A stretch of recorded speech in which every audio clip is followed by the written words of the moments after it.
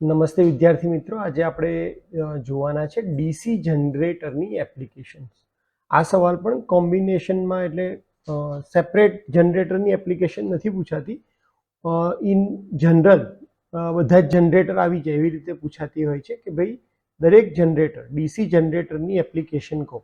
આપણને ખબર છે કે ભાઈ સિરીઝ, શન્ટ, કમ્પાઉન્ડ જનરેટર અને કમ્પાઉન્ડ જનરેટરના બે ટાઈપ એટલે કે ક્યુમ્યુલેટિવ કમ્પાઉન્ડ અને ડિફરન્શિયલ કમ્પાઉન્ડ જનરેટર.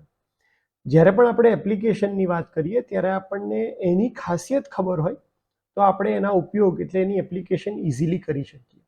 આપણે સ્ટાર્ટ કરીએ છીએ DC shunt જનરેટરથી.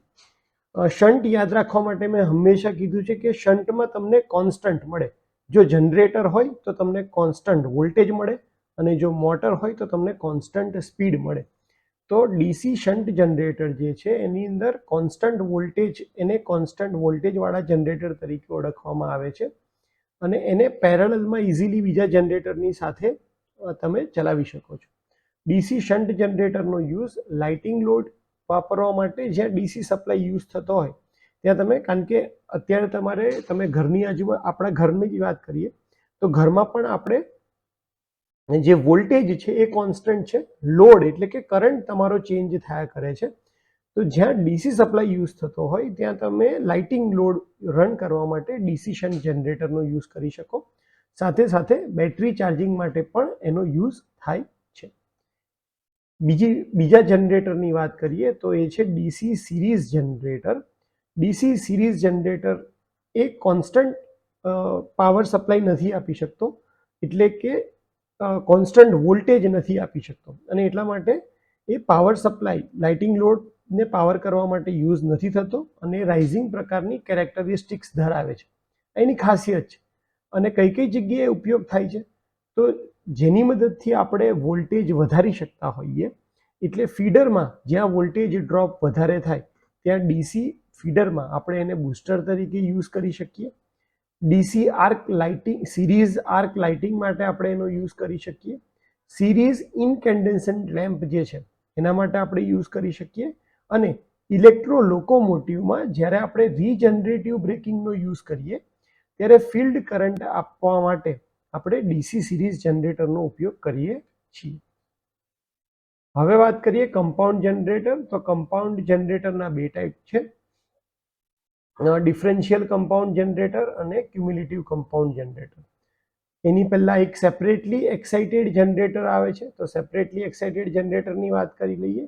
Separately excited generator, એને એક્સાઇટેશન માટે અલગ ડીસી સપ્લાયની જરૂર પડે છે અને સેલ્ફ એક્સાઇટેડ જનરેટર કરતાં એ વધારે મોંઘા હોય છે. ઉપયોગ ક્યાં ક્યાં થાય છે તો કે જ્યારે તમે સ્પીડ કંટ્રોલ માટે વોર્ડ લિયોનાર્ડ મેથડ યુઝ કરો છો એની અંદર આપણે સેપરેટલી એક્સાઇટેડ જનરેટર યુઝ કરીએ છીએ. ઇલેક્ટ્રો પ્લેટિંગમાં આપણે એનો યુઝ કરીએ છીએ અને જે પદાર્થ હોય એના ઇલેક્ટ્રો રિફાઇનિંગમાં આપણે સેપરેટલી એક્સાઇટેડ જનરેટરનો યુઝ કરીએ છીએ. ચોથું છે DC compound cumulative generator. Cumulative જનરેટરમાં બે ફ્લક્સ ભેગા થાય છે અને એટલા માટે તમને કોન્સ્ટન્ટ વોલ્ટેજ વધારે મળે છે અને એટલે ફીડરના અંતિમ છેડા સુધી આપણે કોન્સ્ટન્ટ વોલ્ટેજ આપી શકીએ છીએ આ જનરેટરની મદદથી. ક્યાં ક્યાં યુઝ થાય છે તો કે ડોમેસ્ટિક લાઇટિંગ માટે અને ડીસી પાવરને જો દૂર સુધી મોકલવો હોય તો તમે ક્યુમ્યુલેટિવ કમ્પાઉન્ડ જનરેટરનો યુઝ કરો છો. પાંચમું આવે ડિફરન્શિયલ કમ્પાઉન્ડ જનરેટર.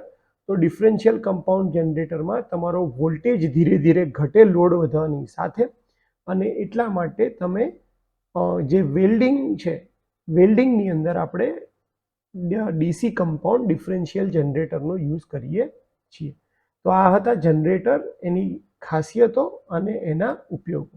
એટલે એપ્લિકેશન જ્યારે પણ પૂછાય 4 માર્ક્સ માટે ત્યારે તમારે આ 5 generator, series, shunt, separately excited, cumulative compound અને ડિફરન્શિયલ કમ્પાઉન્ડ જનરેટર વિશે ખાસ મુદ્દા અને એના ઉપયોગો લખવાના રહેશે. Thank you so much.